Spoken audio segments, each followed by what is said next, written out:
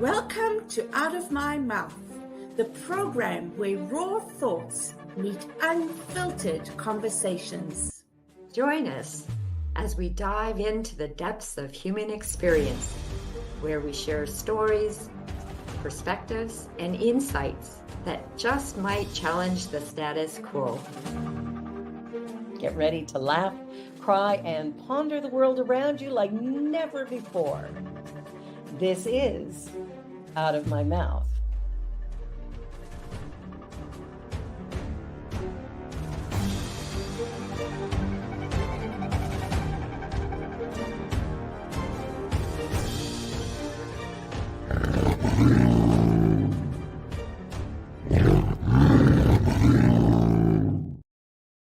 The views and opinions of our guest and hosts do not necessarily reflect those of New Thought Media Network, or any organization we may be affiliated with. Here at New Thought Media Network, we welcome freedom of speech and courageous conversations. There are many topics that can be difficult to navigate. Challenging the status quo and engaging in lively debate is important to expanding our understanding of one another, and life in general. Creating a peaceful world doesn't happen because no one disagrees, it happens from a willingness to understanding one another. In our programming, we strive to expand consciousness and assist people in creating remarkable lives. Your comments are welcome at info@ntmedia.org. Good afternoon, good evening, wherever you are in the world. Welcome to Out of My Mouth. I'm Barbara Jean. And I'm Marg. And we're so grateful that you're watching here today. We have a marvelous guest, but let's begin with our land acknowledgement. In the spirit of reconciliation and peace, we are grateful for the opportunity to meet on these sacred lands. We thank the generations of people who have taken care of this land for thousands of years. We recognize our oneness. We realize our history, and we choose to create a new reality. We are one. Miigwech. Thank you for speaking to and honoring our land, Barbara. Thank you, Mark. I'm so grateful that Rhona Segarra is here with us today. And in her words, in a culture of decreasing religious participation and increasing loneliness, let's adapt religious traditions and apply them in secular communities to ease loneliness. Reverend Rhona Segarra has been the minister at Unity New Westminster in beautiful BC since her ordination in 2019. Now I abbreviated that, but it's British Columbia. Rhona is passionate about people and relationships. Her focus is to share practical, empowering ideas which will add to the joy and peace of our lives and to the lives of those around us. Rhona's mission is to fill the world with love, one interaction at time. My goodness, I've lost my voice. Rhona's mission is to fill the world with love, one interaction at a time. Thank you for your patience. Welcome, Rhona. That was beautiful, Mark. Thank you, Mark. And hello, Barbara Jean. So good to have you here today, Rhona. And I love this topic of no to dogma and yes to community. I like that a lot. So what prompted that idea with you? Well, I have done, I became a minister partly because I wanted to do weddings. I love weddings. I'm a romantic at heart, and I wanted to be a person who is involved in doing weddings. And so I teased myself into ordination because I wanted to do weddings. Became ordained and waited and waited and waited. And no phone calls, no emails, no inquiries about weddings. I'm like, what do I do now? And so I thought I'd do what every person who is getting married these days and is not part of a faith tradition, what they do, they go onto the internet and they type in wedding officiant Vancouver. And I found a company whose vibe I liked, signed up to do weddings with them, and now have completed 149 weddings with them in 3 years. So I have that in my mind, and I'm overlaying comments that I hear from people who I marry, as well as others, about the idea that they no longer follow a faith tradition, and they miss the sense of community that they felt when they were a part of a faith tradition. And I then overlaid that on the Surgeon General of the United States report last year declaring loneliness an epidemic. And I was taking these moving parts, that loneliness is on the rise, that religion participation is on a decline, and yet that people who have participated in religious traditions really miss that feeling of community. And I thought, it's as if people don't want the dogma, but they long for the community. Yeah. And that's where that question mark came from, where that title came from, is the idea of, is there a way that we can build community and create that feeling of belonging without the requirement for a dogmatic participation in a religious tradition? Wow. Yes. I have What was that? What did you say, Barb? The answer is yes. Sorry, Mark, I interrupted you. That's okay. We do it all the time on this show. So, Rhona, a couple of questions. Dogma. What does dogma mean? You know, some people that are listening may not know what dogma means. It probably means different things to different people based on their traditions. And part two of this question, before your ordination, after your ordination, and during this journey, have you changed your thoughts about dogma? Well, let me see if I can answer the first question first. When I think of dogma, I think of it as the requirement to adopt a certain set of beliefs, and the requirement then that in order to participate in the group, you need to agree to this set of beliefs. And the problem, perhaps, is that there is an either or. So you're either in it or you're not. And if you're in it, oh, it feels marvelous. You're part of a group, you're part of a family, you know who you are, you know why you get up in the morning. There's this sense of, I know my place in the world, and I know it's more than just my little spot that I'm standing on. And then when we're out of that, if we violate the dogma, if you will, then we're out of that community, and it is the equivalent of solitary confinement for some people. It's like you are no longer welcome here, and I don't mean that to be disrespectful of religious traditions that are more expansive, but I do believe that part of the reason people have turned away from religion and religious traditions is because of this, you have to believe these things. And for some people, it no longer works. For many, it does. And if it's something that uplifts you and provides a strong foundation for you and makes you feel as if you have some meaning on the planet, then that, if it works for you, that's wonderful. Yeah. Unfortunately, there are many, many people who have turned away from religion, and so they don't have that feeling anymore.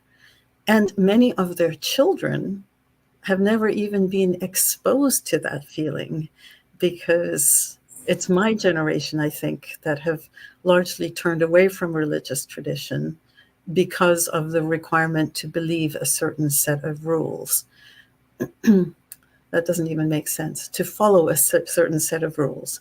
And if they question, and then it's a binary in or out.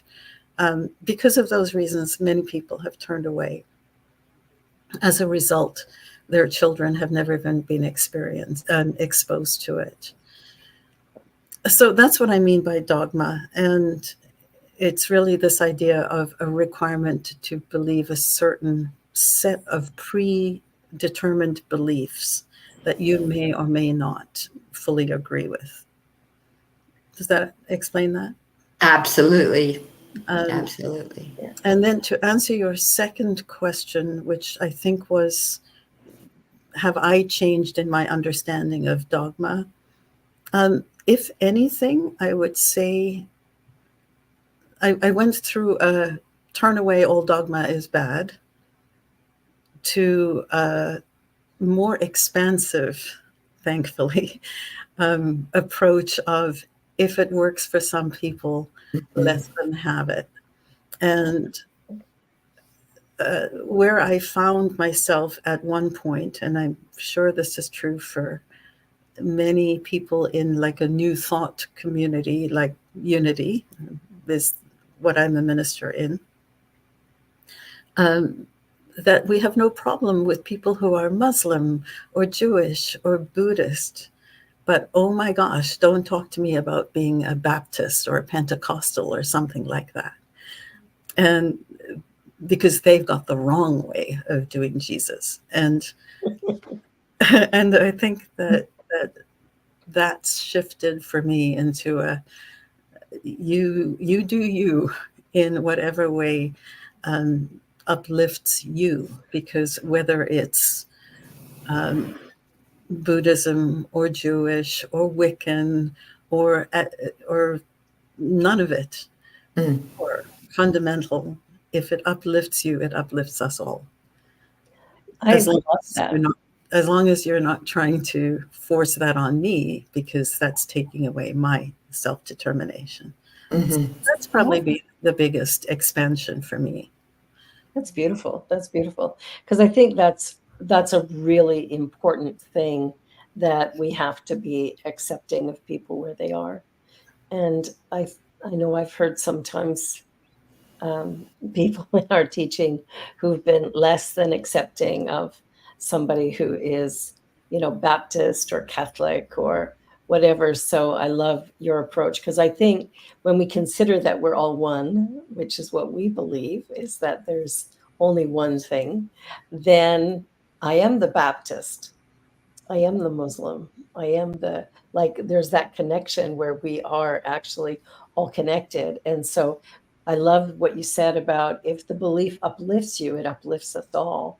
And it does, because there's only one thing going on and we're all a part of it. So, I love that. Yeah, I have this vision of almost like a safety net, like trapeze artists used to have. I don't know if they still do. I haven't been to a circus in a while, but they have this safety net. And as you watch a person, when they drop onto that, because they're finished their performance, the net bounces with them. Where they are, it drops down or it lifts up. Well, if you imagine that we're all part of that net, then whatever one person does to lift lifts the entire net. Yes. And the corollary is also true. So I think of us as literally an interconnected net. Beautiful. It helps me. Yeah, that's a great way of looking at it. I love it. I love it. I love visuals. I can see and relate and actually feel, the bouncing together. Yes. Yeah. Yes. Yeah.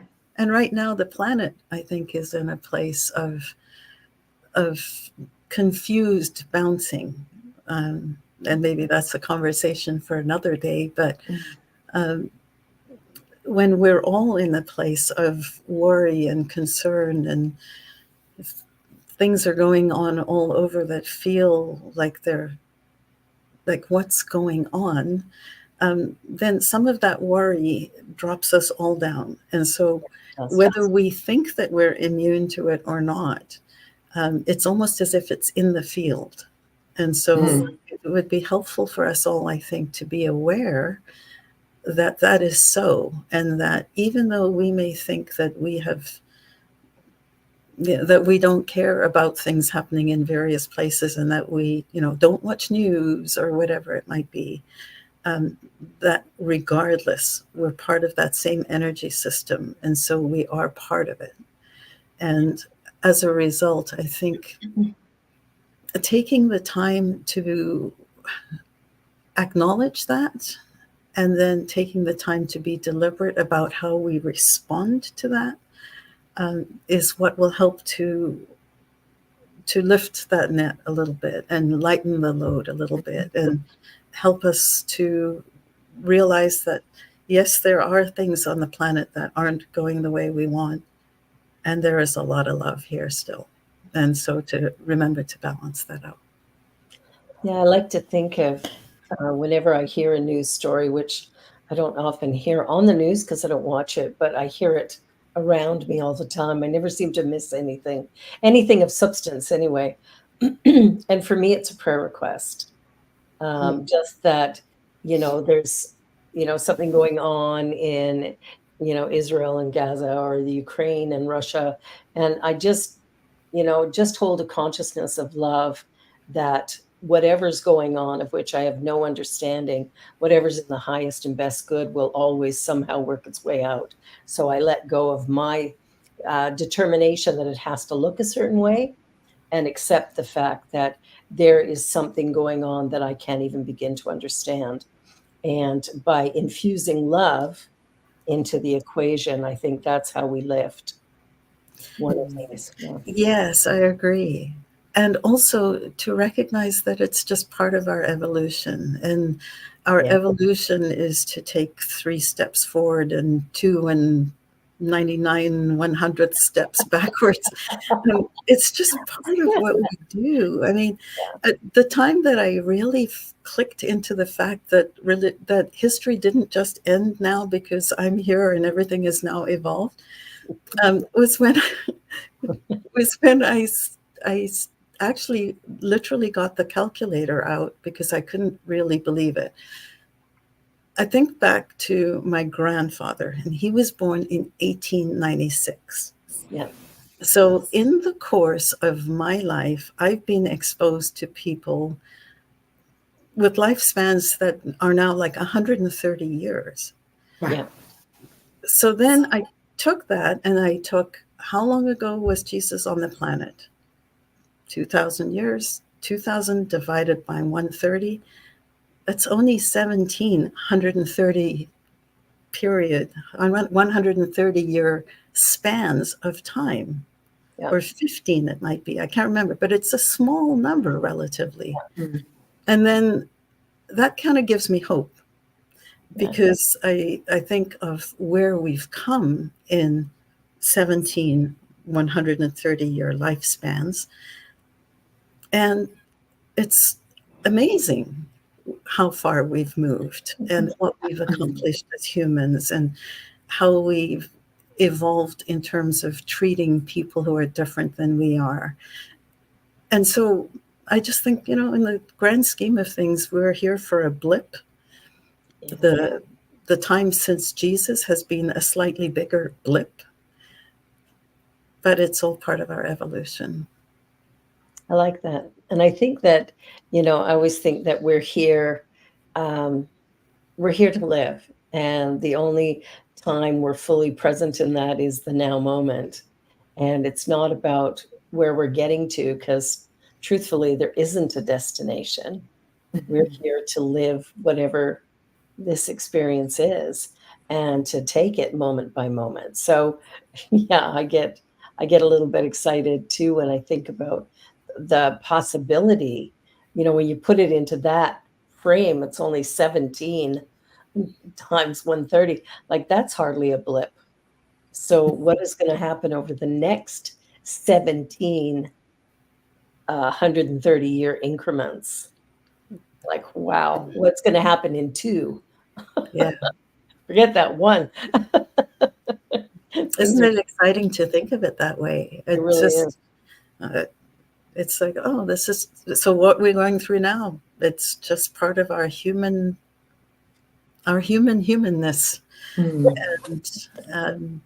And slowly and slowly and slowly, we will understand that each person on the planet is different.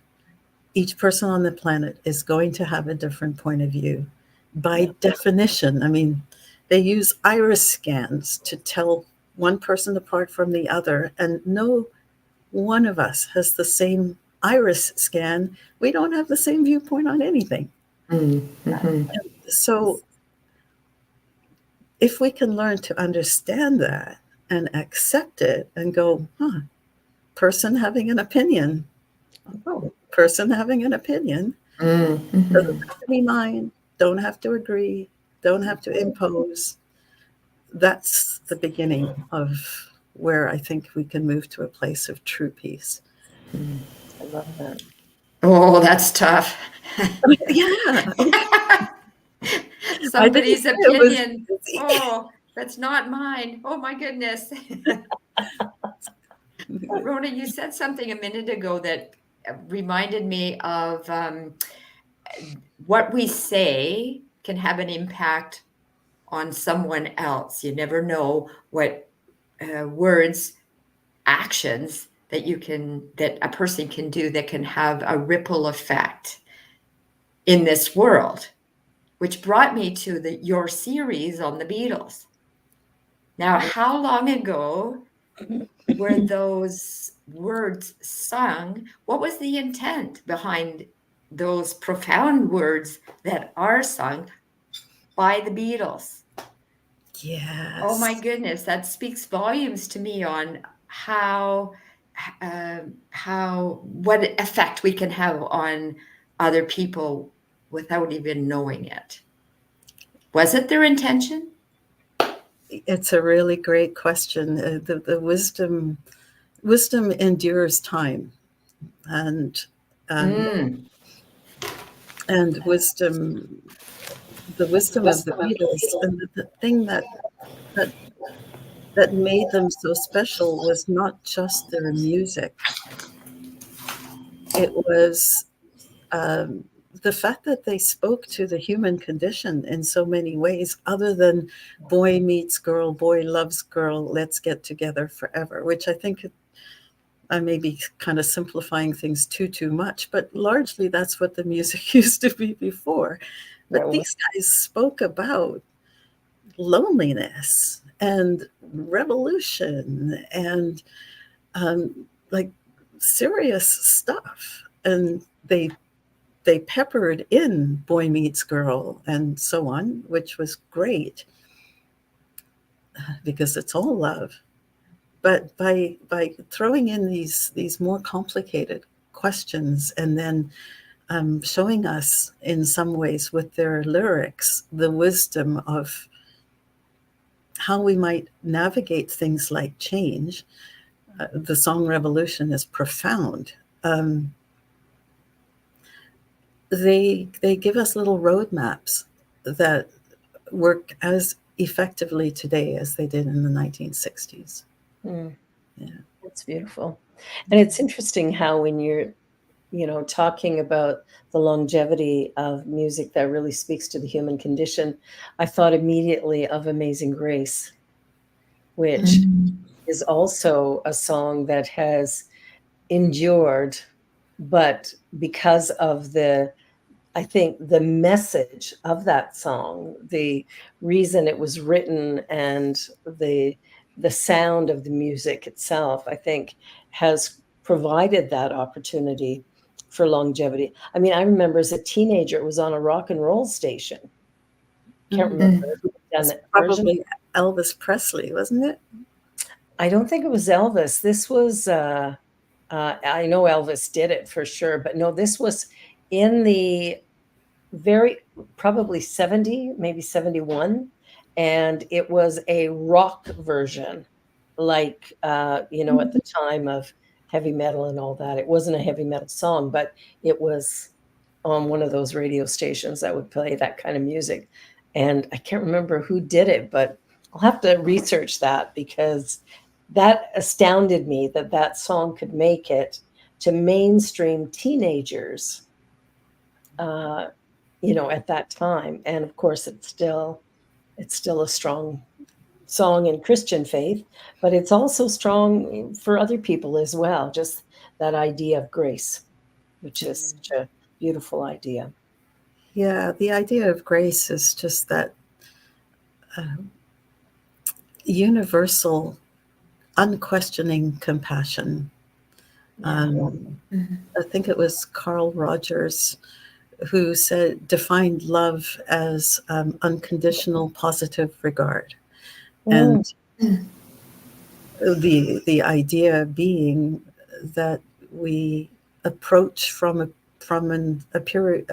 point of view of optimism, and sort of this, Margaret, I spoke about it before, this generosity of spirit that says, I'm going to assume a good intention in whatever you're doing, whether or not I agree with it or not.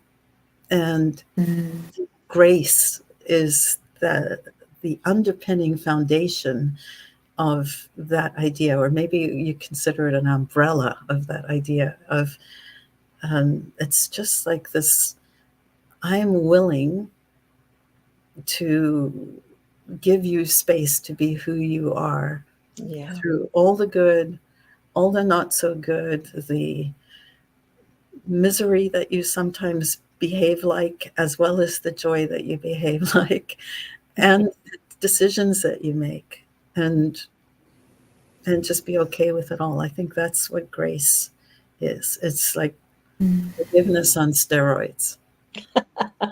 I love that.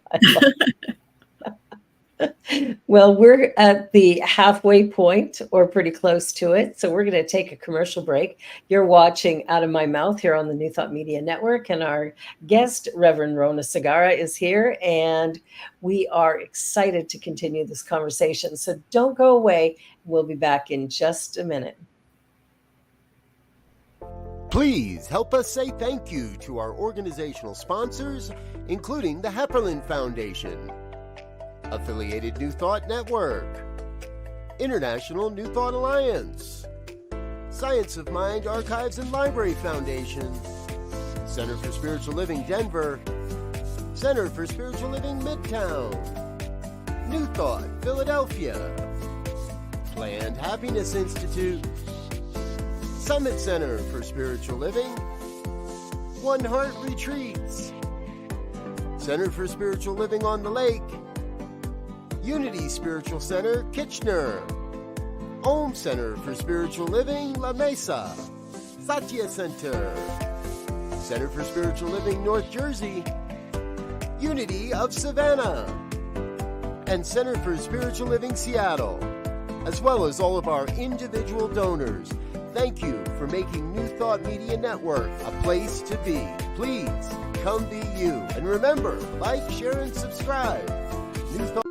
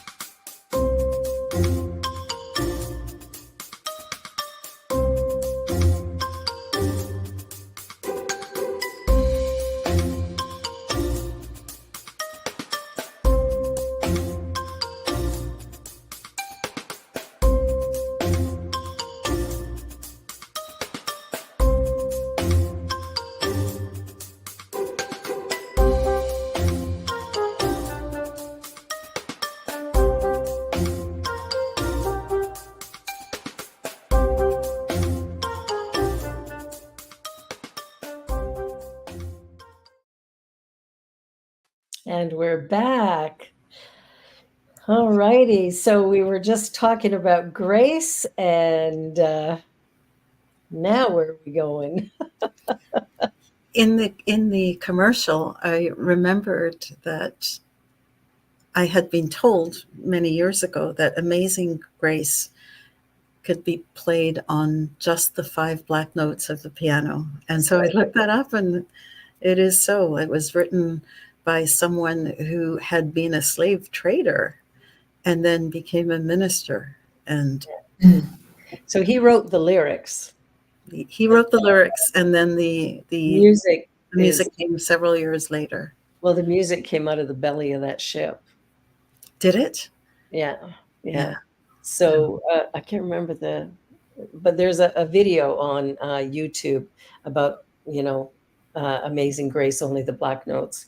And he talks about the song that the slaves were probably singing or humming or chanting, the spiritual and that is the music that actually is in the back of Amazing Grace. Isn't that a great story? Yeah. I imagine it's accurate. I don't really know. I just know from the video that I watched that it's like, wow, that could possibly be where that, and it's lasted, it's endured because of, I think, that underlying message of humanity. Yeah, that, it's one of those underlying messages is if we knew better, we would have done better. Yeah. And everything is context. And, I think of, and now this is maybe going to be a little politically incorrect, but I think of, for example, things like 30 years ago when there was a politician who dressed up as Michael Jackson and wore blackface. Well, now you would never do that. But in that context, it was completely acceptable, maybe even considered fun and respectful. And now, of course, it's like you're reviled for having done that then, but is that really fair? Because haven't we all done things in our past thinking it was the right thing to do at the time with a completely different intention? Yeah. Perhaps an innocent intention. And now we go back and cringe when we look at it. Yeah. I found that I can't even watch certain old movies because of the misogyny, the racism, I just have to leave the room. It's worse than the news. It's worse than the news. That's saying something. Because it's like, that's how we lived. That's what we did. That's actually who we were. And that, I think, is the hardest part, to acknowledge that we did harm. And many of us, it was not intentional, but we still did harm. And so now we're trying to figure out how do we do things differently to ensure that there is no repetition of that, where we can actually begin to create more out of love than out of an abuse of power, which I think was some of what was going on. My gut is still wrenching and my heart is still, and I'm angry. And like when I have the vision of the belly of the ship, and if I go to the 30 years ago when someone dressed up like Michael Jackson, I can wrap my head around, yes, when we know better, we do better, more than the atrocity of the slaves bring. Like, I'm in tears thinking about it. I guess I have some work to do on forgiveness and going like, I remember you're talking about books and movies, and I read the book Indian Horse. And I love Richard Wagamese. I've got so many of his books. I really disliked the book Indian Horse. And then I saw the movie. And I realized I didn't like the book because of the truth that it revealed. And yeah. I got to write down the title of that one because I haven't read it. I have not either. It can be so uncomfortable, though, to accept some of the horrors that have been done. And here we go back to the religion thing. Some of it done in the name of religion. And so even that, the word grace, now that we've spoken about it, keeps coming to my mind, Mark. And I'm not sure that it needs to be work on forgiveness. It's just a journey. And you don't have to do it. It's just a journey. And it doesn't have to be work. It's just an opportunity to consider being more open to the context. Wish we didn't do it, and it was done. And how do I want to see myself and the people I know and the people I love treated in the future, and how can I be a part of that? And be heart sore anyway, because it freaking hurts to imagine that people did that to people. The dehumanization of people is the number one thing that we do when we insist on our own right way in any way. And that goes with all of the war of today, all of the wars of yesterday, and all of the wars of tomorrow. And the bullying that's going on. Because bullying also requires, a certain idea that this person is less than. And so I'm going to do mean things to this other person because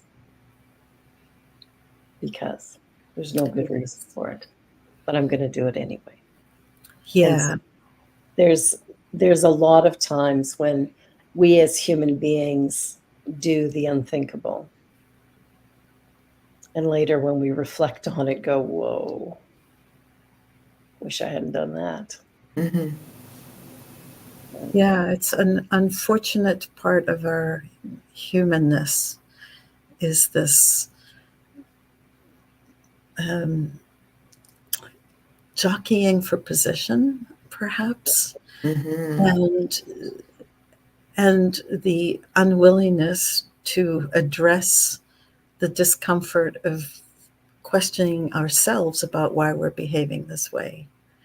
Because even a bully, at their core, are really just longing for someone to hug them. Oh, absolutely. And absolutely, yeah.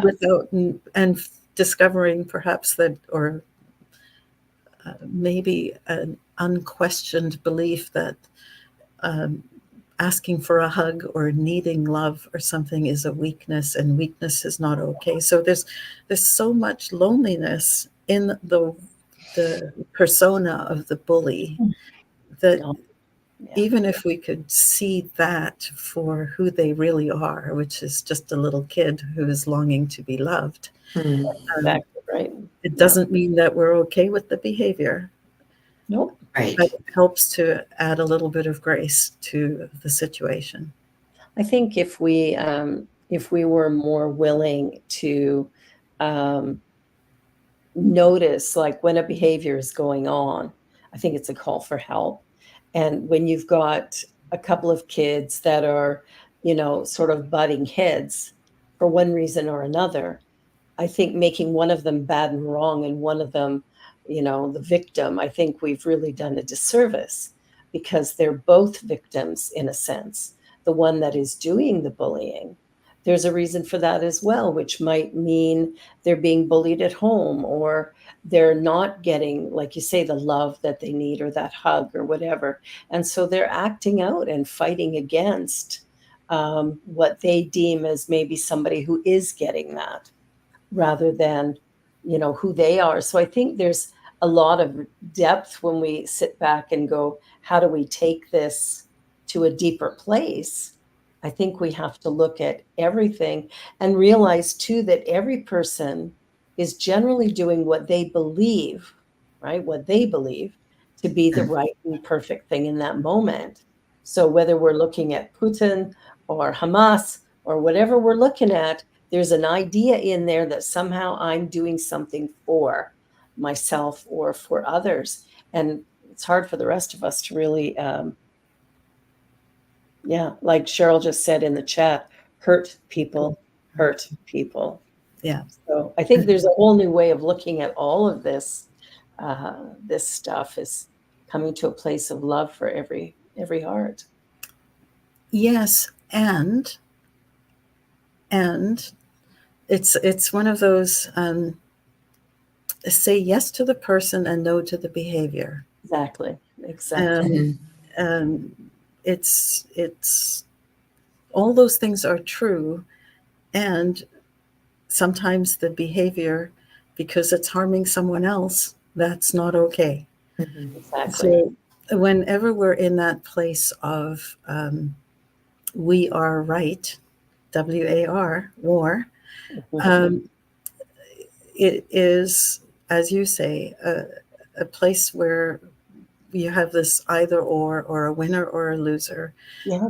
And there's no space then for let's have a genuine understanding that I have preferences, you have preferences.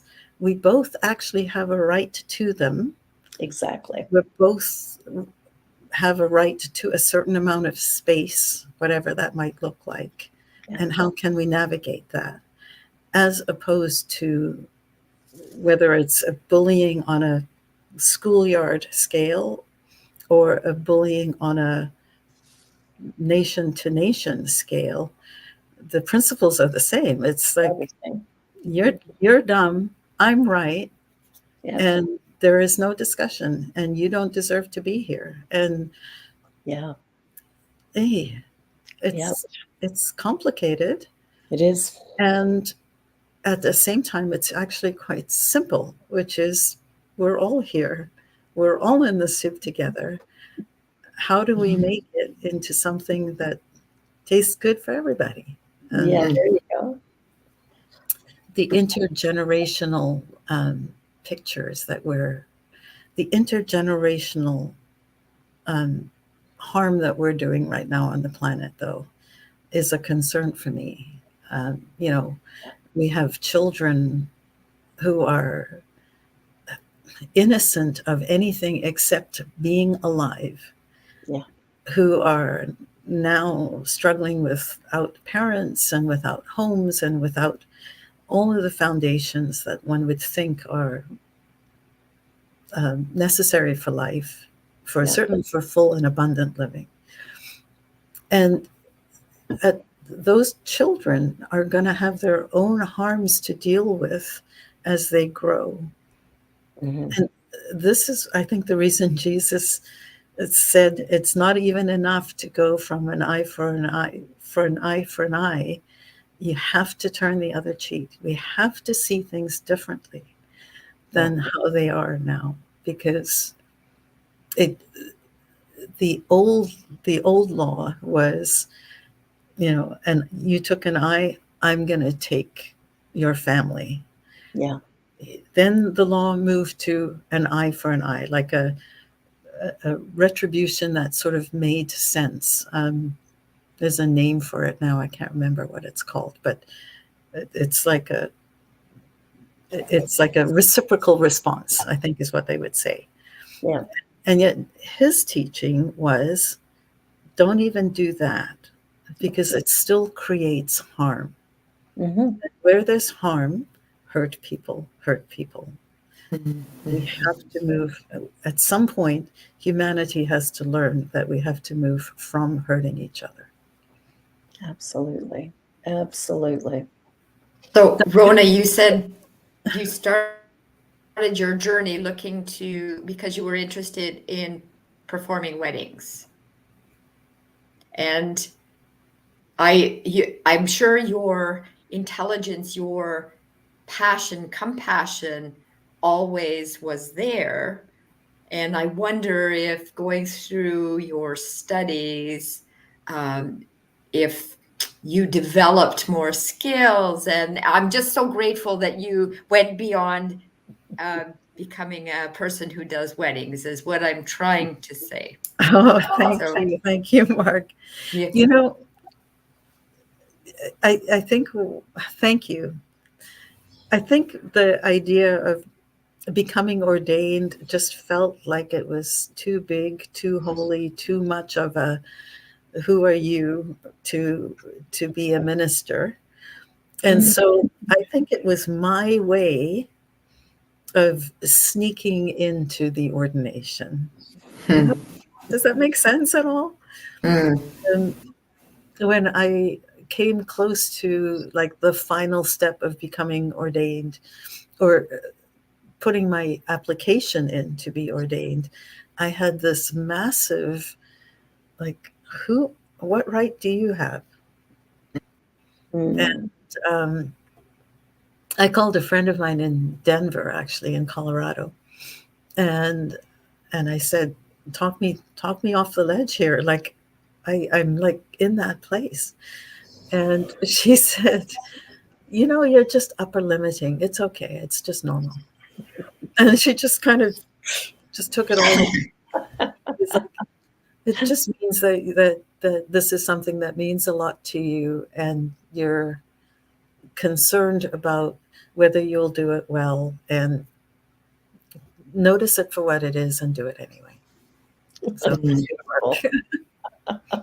we all need a friend like that. Yes, exactly. So upper limiting. I love that. That's a great phrase. Yeah. So does Unity have a dogma? I would say it's a little bit of a yes and a no. There are,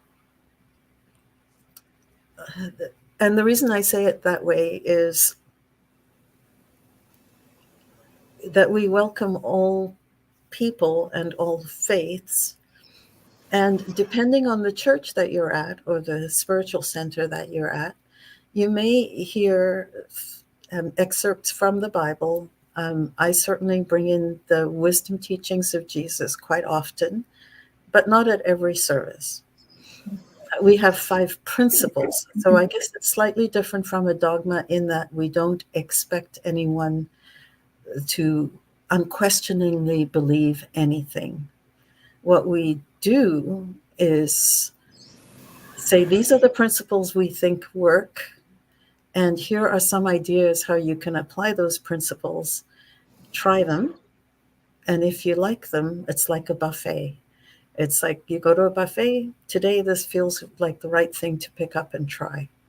And if it doesn't work for you today, who knows? Maybe you'll like it like you like broccoli now that you didn't like it when you were 8. So, or maybe you still don't like it. But, we have 5 basic principles. One universal power, that there's a network of all, that ideas, whatever ideas we have, lead to the experiences that we have in life, or to how we approach our experiences in life, that we take time to be still, and that when we do that, we'll live in peace. And then the suggestion. So that's sort of the principles. To put the principles to work, you start at the bottom. Are you living in peace? If it's not peaceful, what can you do? Take time to be still. And then question what you're thinking. And ask yourself if there's another idea that could add more peace. Turn the other cheek. Keeping in mind always that we have this umbrella of one power. So call it God, Buddha, the force, quantum, life, nature, whatever the heck you might call it. It's one. It's not like we have, I have this vision of the Christian God and Buddha and like all of these other gods sitting up in heaven and having tea and looking down at all of us humans and shaking their heads and saying they still don't get it. So, What the hell? Having a chuckle. yeah, Look at and so keeping in mind that there's only one power, one creative energy, whether it's a he, a she, an it, quantum. It doesn't matter what you call it. yeah. There is only one. There can't be anything that's like, okay, well, this area of the universe is ruled by God, and okay, this part of Africa is going to be ruled by something else. No, it's one, That's one. and we're all part of it. I love that. So, and then our goal is, as ministers, my goal is to take a human problem or a human concern, often that I've just experienced, and see how the principles that I just spoke about might apply. Like, let me try a different idea here because the idea I had didn't work that well.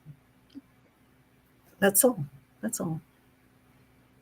Yeah, the minute we begin to look at something from a new perspective, it changes it dramatically. And it's so powerful to begin to. Somebody was on our show, this one or the other one, I can't really remember at the moment. It was this show because it was, oh shoot, his name just left my mind. Anyway, he talked about when he came out to his parents. And before he did, he sat with himself and went, so what if they fully accept me? Awesome. And what if they don't? Well, that's their choice. And he spoke about it that way. Paul Hasselbeck. And he talked about, I had to, before I even went into the conversation, I needed to be right here, like just to be able to go, here's what I'm saying and doing, but I don't know how they're going to react, but I get to choose how I react.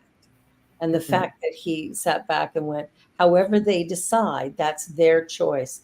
And I let them have their ability to choose. And I thought, wow, if more people would approach things like that, wouldn't that make a difference? It sure would. It sure would. It can be frightening. Oh, absolutely. Absolutely. Well, the biggest, other than the death penalty, the most damning thing that we can do to another human is to turn them away. That's why solitary confinement is so serious of a thing that they do in prisons.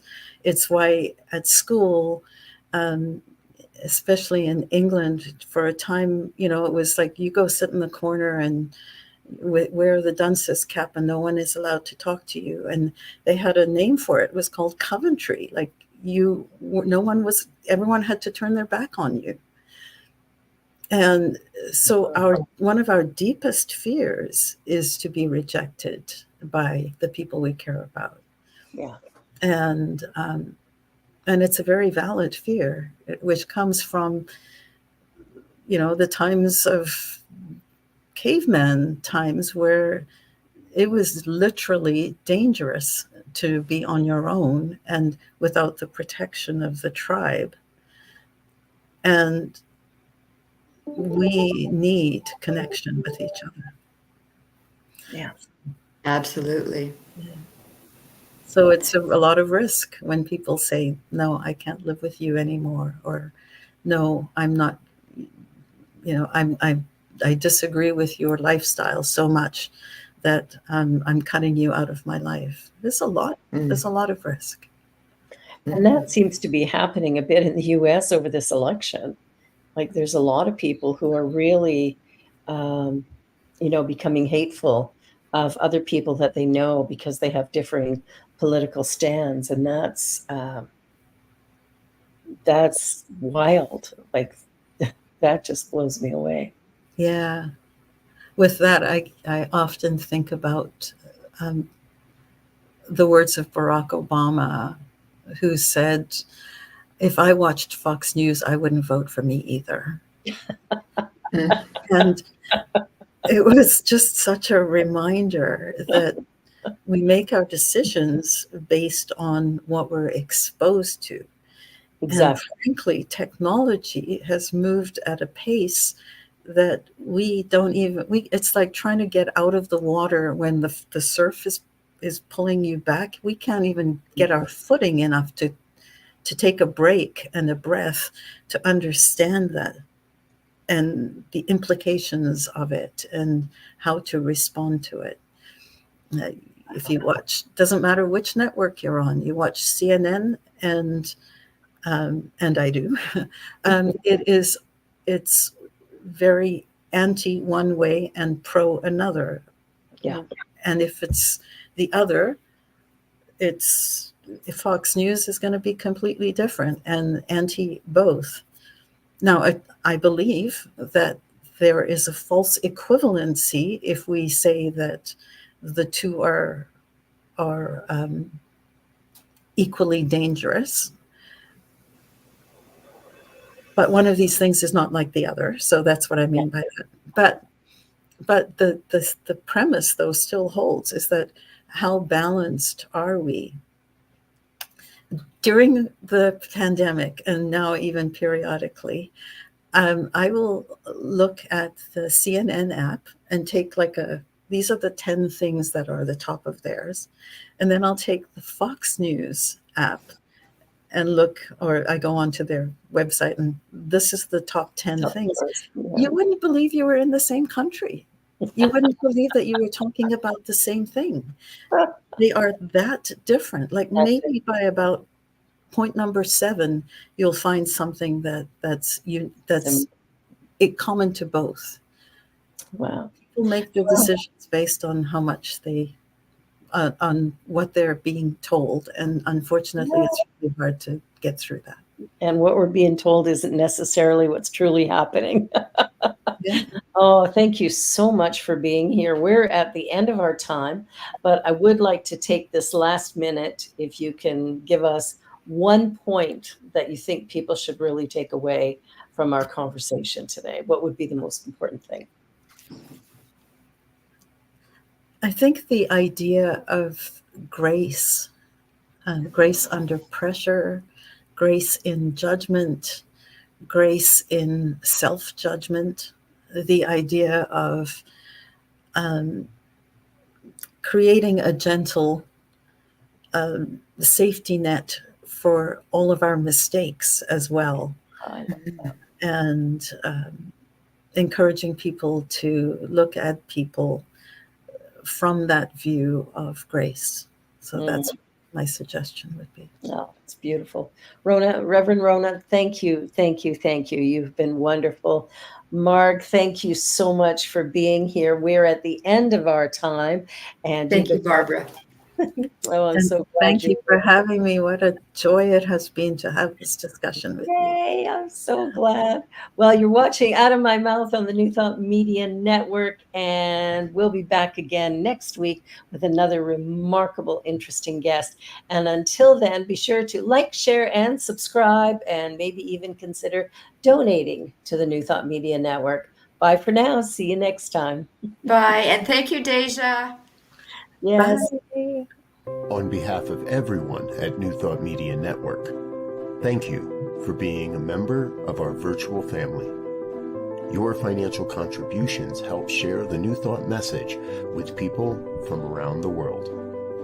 Please visit and contribute at www.ntmedia.org/donate. New Thought Media Network, come be you. And please like, share, and subscribe. Until next time, peace and blessings.